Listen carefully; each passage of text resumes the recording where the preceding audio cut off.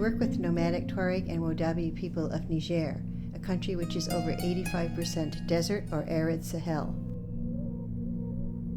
The nomadic people live throughout the country, from the regions in the south bordering Mali and Nigeria to the fringes of the Sahara Desert.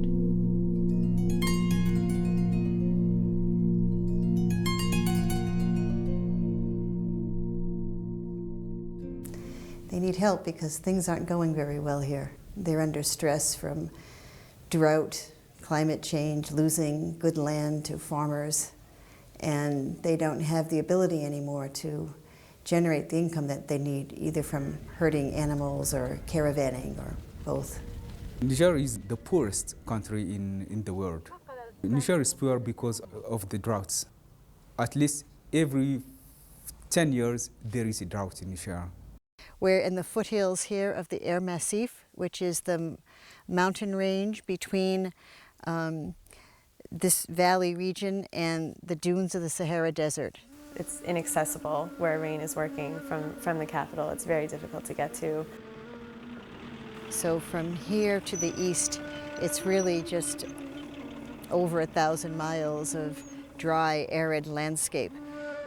It's very difficult conditions. Once you get past, I think, Agadez, there are no roads. Rain's approach is very much at the community level, so they have a holistic approach rather than just focusing on one aspect of development in the communities. They form relationships and they support people at all different levels in the communities, and it's really a dialogue, I think, with the communities to try to identify their needs and find ways of addressing the needs. So nomadic people, they're isolated, they live in small groups, they're not used to working together.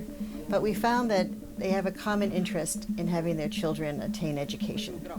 So we use that in the school as the basis to form a new community. And through this community, they can learn gardening, develop agriculture, have clean water, and move forward with better livelihoods.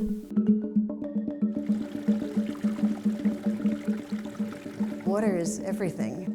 Water is life. It's the center of life. They have a saying in the desert, Aman Imam, water is life. And to have that as a central saying, says something about how elemental their existence is.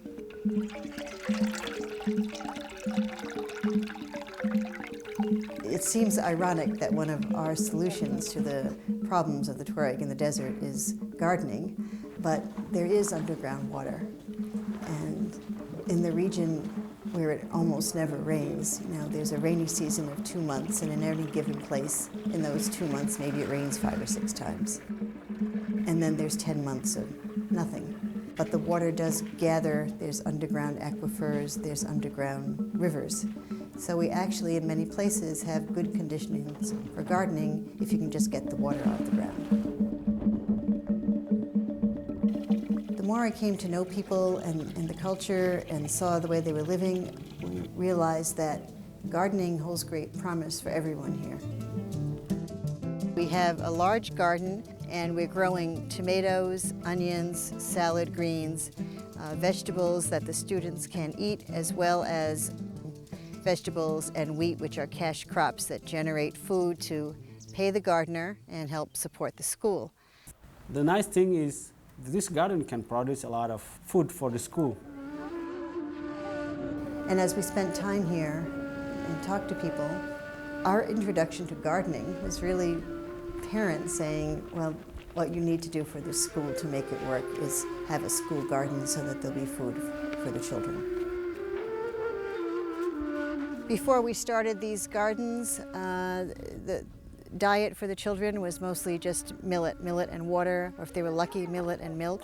And now parents can come, harvest these vegetables, cook them up, and serve them over millet for nutritious lunches for their children. Each garden that we have has a gardener who the community chooses, and he's paid a salary because we want that person to become a professional gardener, someone who will attend training. We make an investment in them and want them to be responsible for the technical side of the garden. Now we tell them that we will support the garden for the first growing season. From then on, the goal is for the garden to support itself. REN is giving you support, but you have also to show REN that you can really continue all the program that REN is doing, like the garden program. We have the garden now and the system, and the women have the grinding machine. And we're hoping that this year we can really develop these things so well that they will be supporting themselves. When REN come to a village, they try to associate the community in the program. And this community have a lot of things they must do that can show to REN that, okay, REN must try to continue the program that she wants to do with the school.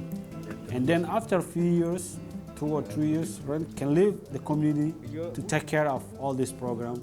And that is the importance, because now we're sure that we have a community who is doing a lot for the garden, for the school, on this garden program.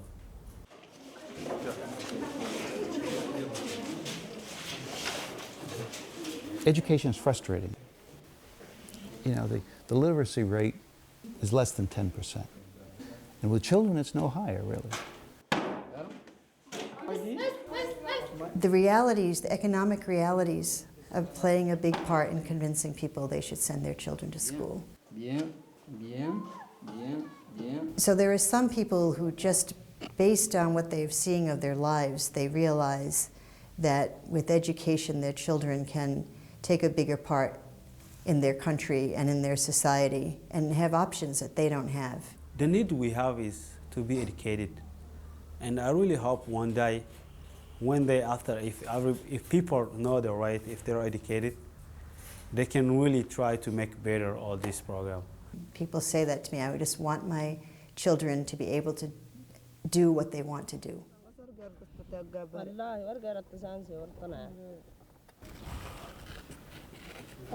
This woman named Akadaka said to me, you know, we're really poor and we need help too, we parents. We really love what you're doing in the school, but we could use some help. And then I just started thinking about it and started thinking, well, how could we help these parents who clearly needed ways to make a living, but also help the school? And we came up with the idea of starting community businesses of different sorts that people thought might work, as long as they would agree to give 40 or 50% of their profit to their school. And one of the projects that grew out of that idea was working with the Women's Cooperative in Guguram. That's an artisans cooperative. The women work in leather and straw, and they were very enthusiastic. I mean, it's just fantastically successful. In this first year and a half, we've sold over $8,000 of leather goods and straw things for them. They give 40% of their earnings to the school. So that's over $3,000 that they just spent last month. And for their school, which has 110 students who live there, they bought sleeping mats, blankets, uniforms, shoes, soap, you know, just everything for daily living. Because until this time, the students have just been sleeping on cement floors. In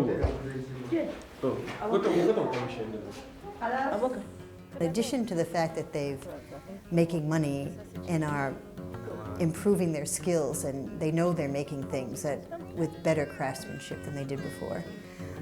But they also now are a force in the community. Now it's the women of Guguram who've given all these things to the school.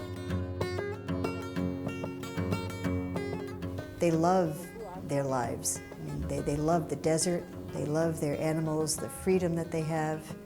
And when you're with them for a while, it's easy to understand why they love it. The desire is, and really the work is to have as little a staff here as possible and spend as much money in Niger as REN can, and to deliver as efficiently as possible that donor's effort out to where a program is happening. It takes a small agency, a small NGO like REN, to really be able to go out there and travel lean and thin and bring aid to these dispersed here. It was definitely the most efficiently run program that we saw. You could see the connection that RAIN staff had with the communities where they worked. And when we sat down and talked to them, you could see that there was a real commitment to achieving the goals of the project. Everywhere we pass, our population really come to us and really thanks the program. She's very happy and very proud to be with you.